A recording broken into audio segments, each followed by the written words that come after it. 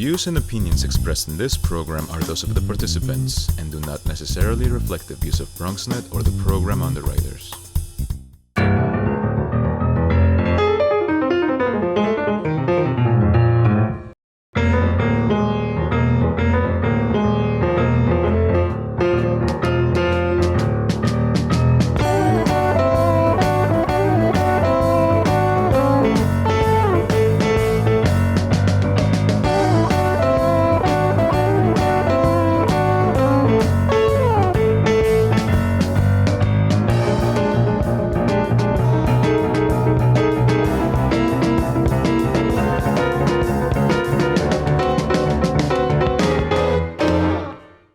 Good evening and welcome to Bronx Talk. Tonight we do the third part of our mini-series with the Democratic winners of the recent primary, which was on June 22nd.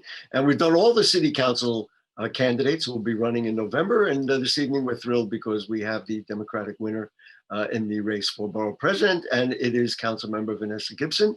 Councilmember, congratulations on the victory. You must be very pleased about it. Thank you so much, Gary. I am excited. Thank you so much. I want to ask you about a whole host of things. We have 1.4 million people that you're hoping to serve in beginning in January. But the latest news, of course, is Governor Cuomo resigning. Can I assume you have some opinions about that? What are your thoughts about getting a new governor in 2 weeks? Of course. Well, certainly like many New Yorkers, I think this was the right decision for Governor Cuomo to make to resign from office. I think it's in the best interest of all New Yorkers that we move forward and we continue to make sure the government is held accountable to the people of the state. I also think it's the closure of a very long chapter of leadership in the history of New York. I do think Governor Cuomo has been an exemplary governor. Unfortunately, just the toxic environment in which he has created has really put us in this situation. So, certainly to the women that came forward, the 11 courageous women, I commend them for coming forward. I pray for their healing and strength. But I know that as a government, we have to move forward. And as the Democratic nominee for Borough President, I really look forward to working with Kathy Hochul and her team. I think she's been an excellent lieutenant governor. She's certainly not forgotten the Bronx. She was in the Bronx a few weeks ago with Chairman Jamal Bailey and myself. And I look forward to working with her during her time as the incoming governor.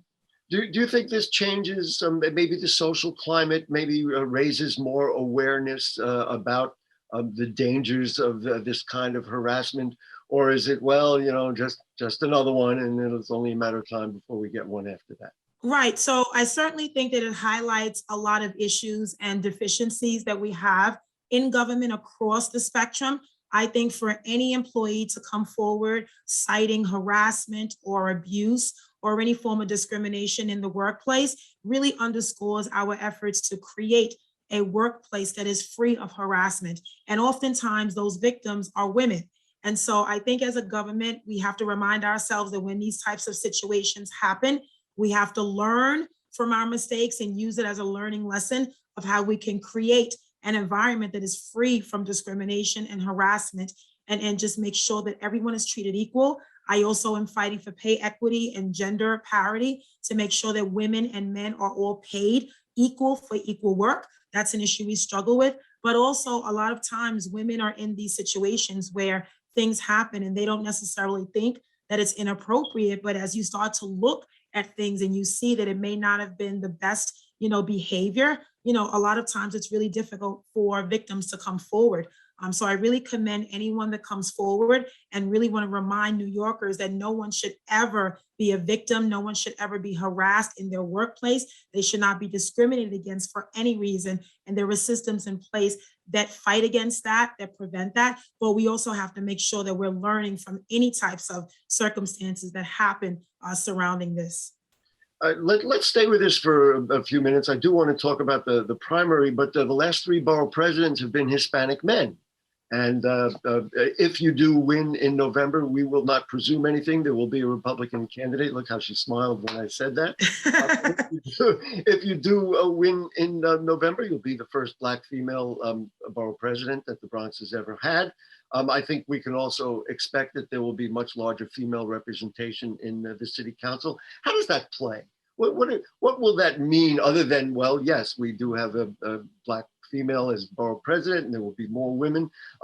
What will it mean for governing, for legislation? What will the effect of that be that will be palatable for, other than people will see role models? I mean, I get all that. I'm just thinking about the government of the Bronx and in the city council. Right. Well, first, let me say I am extremely excited and really blessed and honored that the voters of the Bronx have overwhelmingly elected me to be the Democratic nominee for borough president. It would be the greatest honor of my life to serve as the next Bronx borough president. And to make history as the first African-American, the first female, is really an honor. I think women and women of color continue to shatter the glass ceiling, to run for offices never designed for them. And we continue to really shape government. I think that it's time for new leadership. There's a new season, a new chapter. And I'm excited about the incoming women in the city council, particularly in the Bronx delegation. I think it's going to be really an honor working with our Democratic nominees after the November 2nd election. But I think what happens and what will happen is, women just serve in a different capacity. We serve in a different role. We look at things from a different lens.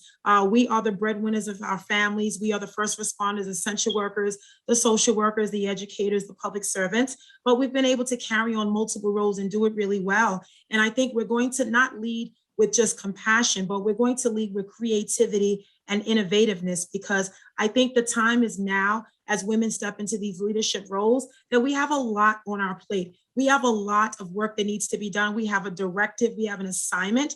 And I truly think over the last several decades of leadership under the Bronx, under our Bronx Borough presidents, we've had great leadership in Freddie Ferreira and Adolfo Carrion and Ruben Diaz Jr. African Americans have benefited under Latino leadership.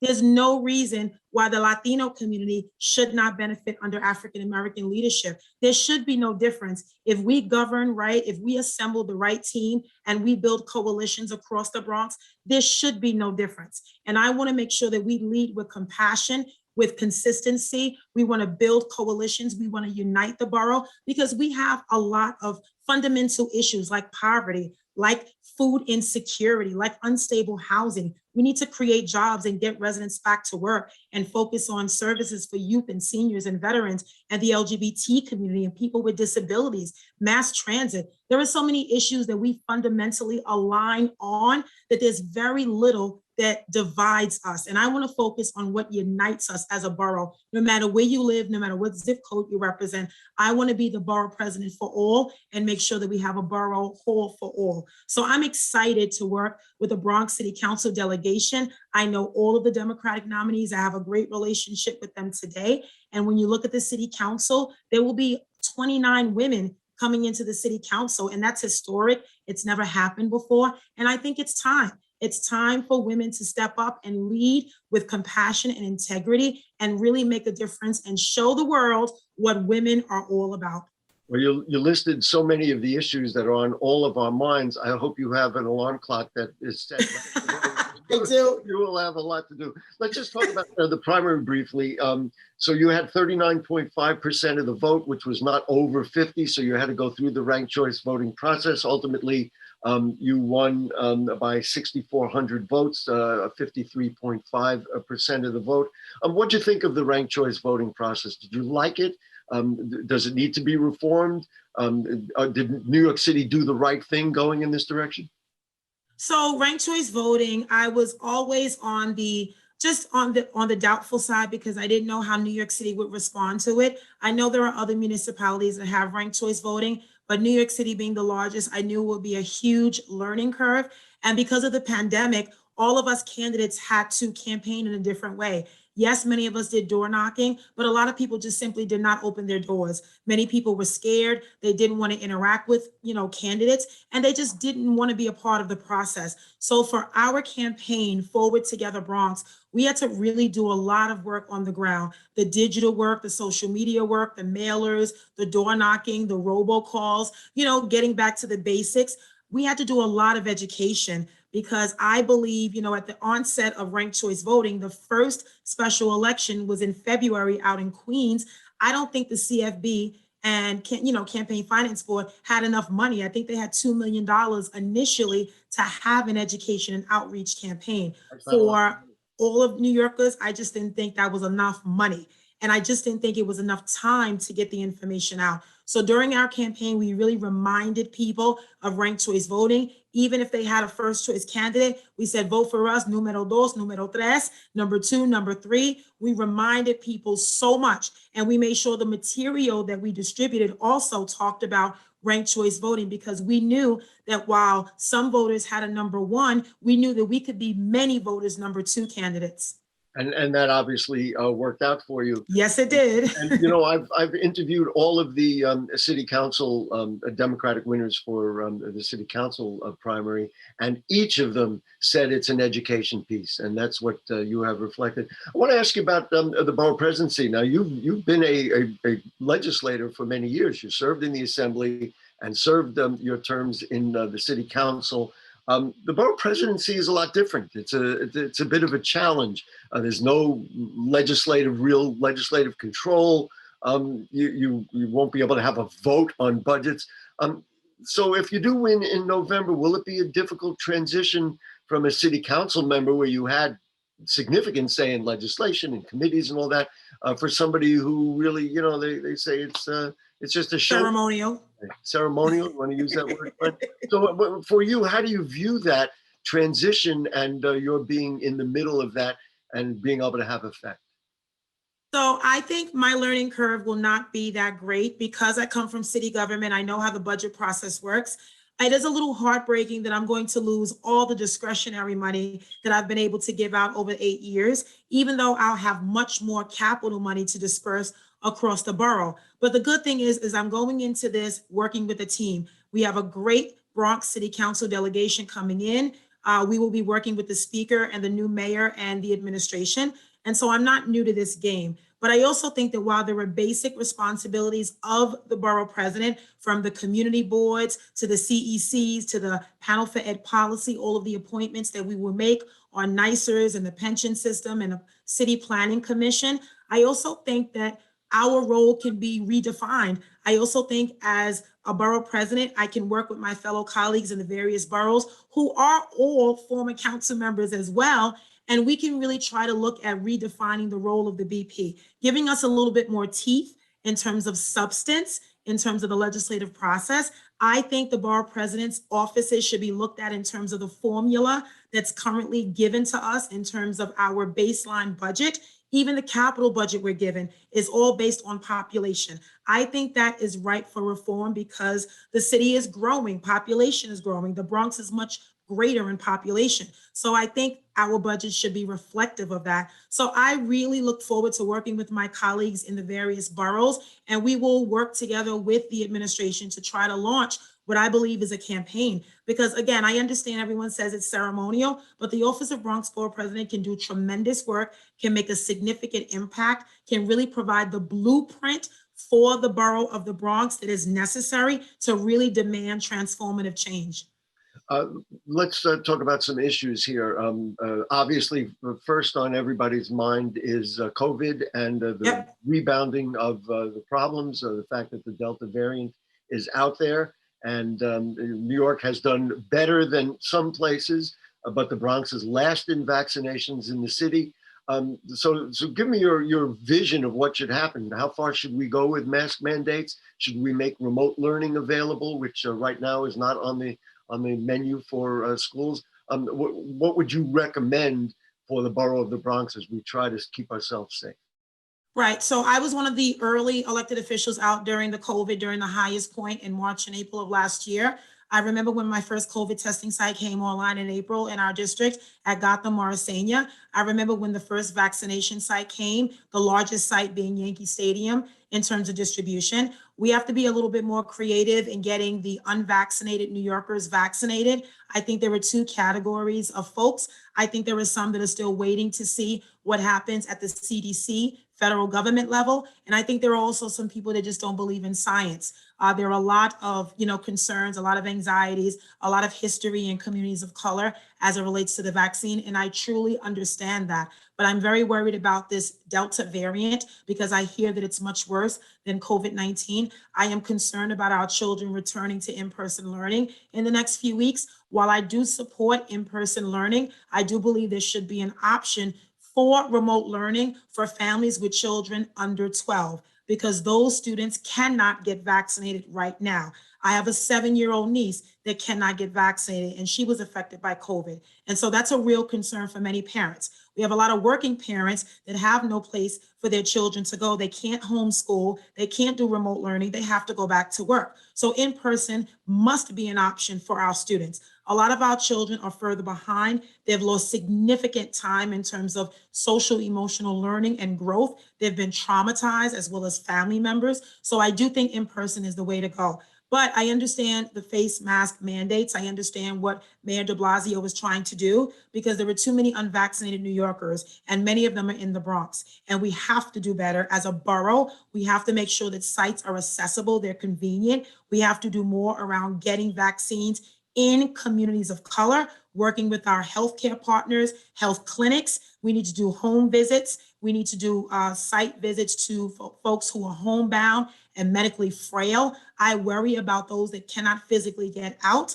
I worry about those with underlying health conditions, which are many, many Bronxites, and many of them lost their battle to COVID. So the next few weeks will be very telling as it relates to CDC and what our health officials are going to say, but we have to be prepared. There will be a mandate now for in-person, indoor dining where you have to prove you're vaccinated, but we also know that there's things happening underground where people are fictitiously providing proof of the vaccine when it's fake, it's not real. So we have to be concerned about that. I mean, nobody should ever be using that as a mechanism just to satisfy their employer's requirement, using fake vaccine cards. And I'm hearing more and more about that. The reality is COVID-19 was real. People have died because of this pandemic when there was no vaccine. We cannot take anything for granted. There is too much at stake, and all Bronxites have to do their part to keep themselves, their families, and their neighbors safe. Maybe you just unintentionally answered my earlier question about how will a woman look at problems, because you talked about families, you talked about understanding what's going on internally in families, concern about health. So thank you for answering that question. The other thing I do want to mention is I did get my vaccine at the Morrisania Health Center. So, oh, nice. There you go. So I guess in that way I indirectly, and my wife actually got it at the stadium. So we appreciate your advocacy. Excellent. There we go. Let's talk about crime. Everybody's concerned about big crime. topic. You had been, let's see, the chair of the Public Safety Committee during your time as a city council member.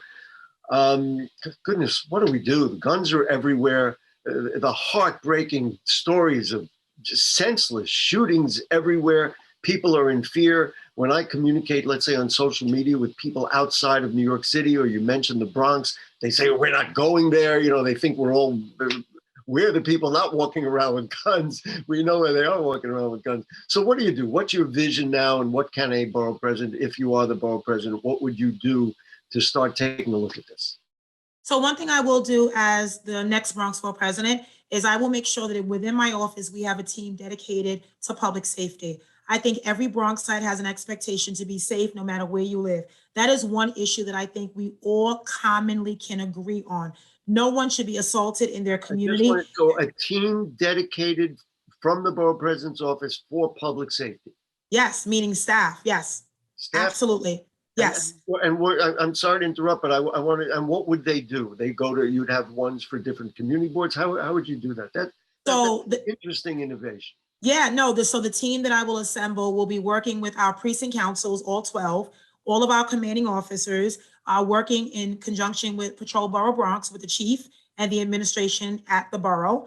We will make sure we have ongoing conversations. We also want to work with our anti-gun violence organizations. We have a number of them in the Bronx: SOS, BRAG, Standing Up to Violence. We have RTG, we have Guns Down, Life Up, Good Shepherds. We have so many organizations that are credible messengers, and many of them keep young people safe. They provide jobs and mentoring opportunities, and a lot of times you see them on corners occupying the blocks, and they have been an incredible part of public safety. I think it's important for the Office of Bronx Borough President to take the leadership role on public safety. So this is much more than being present at a shooting response, but this is about preventative measures. What can we do to prevent young people from engaging in violence in the first place? But secondly, We realize that in the Bronx, there are people that engage in violence. It's a minority, not a majority.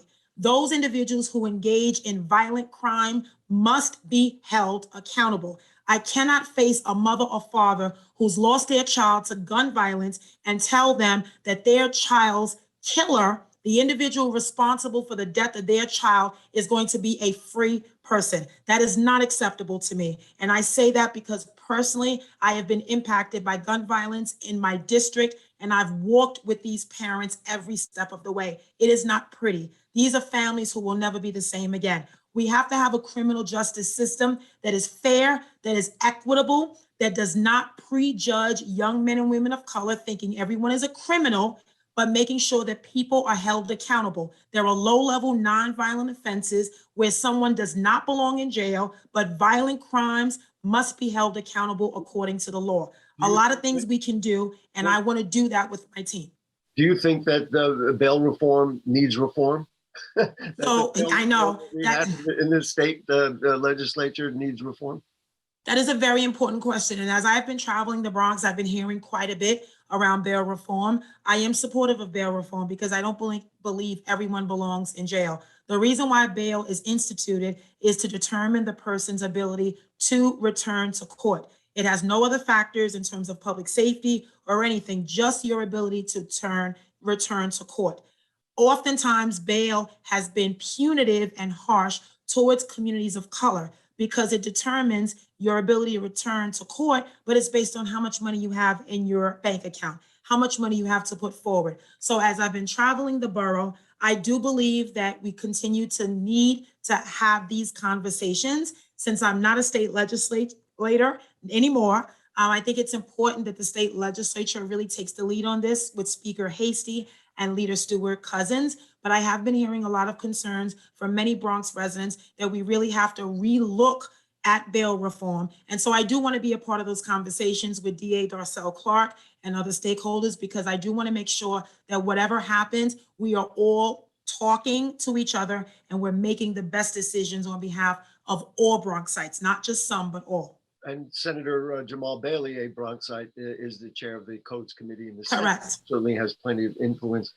Yes. We could go forever on all these topics, but let's talk about development. I'm just curious, you and I have done numerous interviews about the Jerome Avenue rezoning. Now that you're moving to a new position, what did you learn from that rezoning, good and bad, that you would take into your position if you are elected as the borough? Well, Gary, I always said, after I did the Jerome rezoning in 2017, I said I never want to do another rezoning. Well, now we'll find out, won't we? I think that density is an important topic when you look at some of our R7 and R8 communities. I think that there are areas that need to be potentially considered for upzoning, but also downzoning. And I'm up to the task of having those conversations. I emphasize that rezoning for me means a neighborhood plan, right? So rezonings really have a lot to do with density, how much you want to grow in terms of size and scale and density. But as we raise the scale of housing in the Bronx in certain communities, we also have to look at the amenities like the schools, the parks, the playgrounds, the libraries, the retail, commercial. We should be building and expanding on neighborhoods and not, displacing families and residents. I'm very mindful now, taking this new position, that rezonings are not popular. Number one, I think they should be changed in terms of calling them rezonings. They should be neighborhood plans because it should include a neighborhood. I also think that initiatives like the racial impact study that was passed at the council led by Public Advocate Williams and Councilmember Salamanca, I think that's a good start because many communities of color often face rezonings and often face displacement as well as gentrification. And I think that's a real issue. But I also know that in parts of our borough, there are communities that don't want any type of zoning. They want to be downzoned.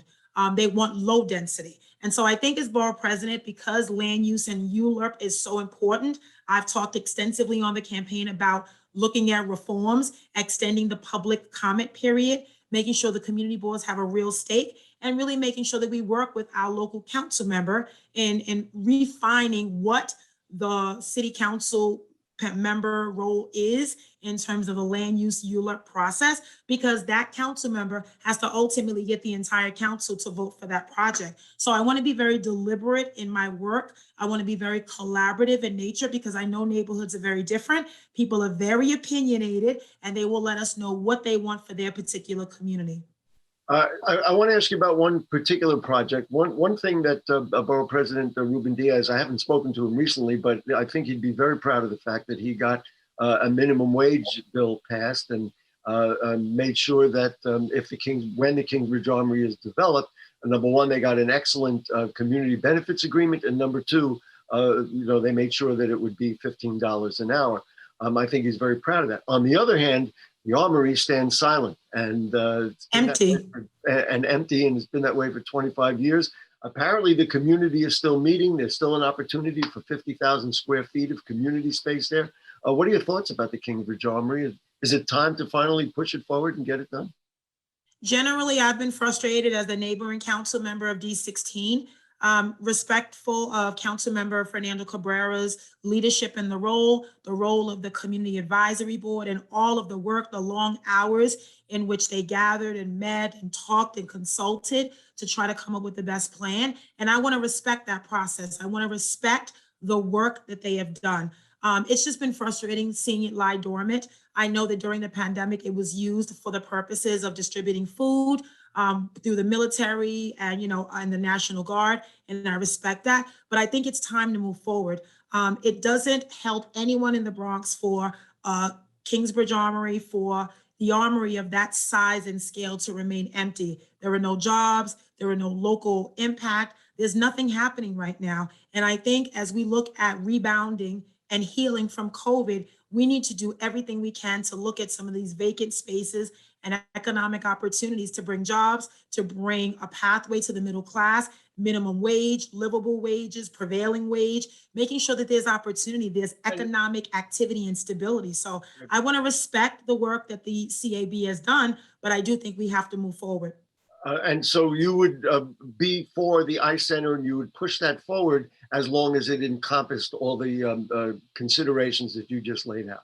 Correct. Okay.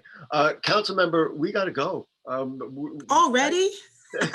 Thank you so much for joining us. I know we didn't even talk about healthcare and food insecurity. It's all okay. Right. Well, so now we know that you're invited back. Let's see what happens in November. You'll be challenged by a Republican candidate, but you certainly have made a nice and conservative.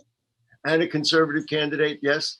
If you do move ahead to the borough presidency, we certainly would love to have you back here and continue the dialogue about that and all the other things we've got to talk about. Congratulations again on your primary win, and we'll see you around town. Thank you so much. Folks, next week we will bring in Republican candidates who will talk about their challenges to Democratic primary winners, and we'll do that as our final installment of our little mini-series with winners of the primary. So we'll see you next week. Good night. Thanks so much.